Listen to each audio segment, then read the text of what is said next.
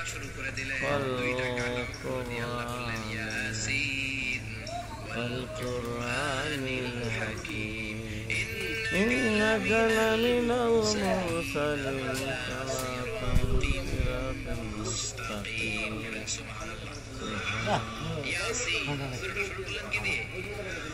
এটা কি কোনো বাক্য? এটা কি কোনো শব্দ? দুটো না। এটা কি দুটো? দুইটা।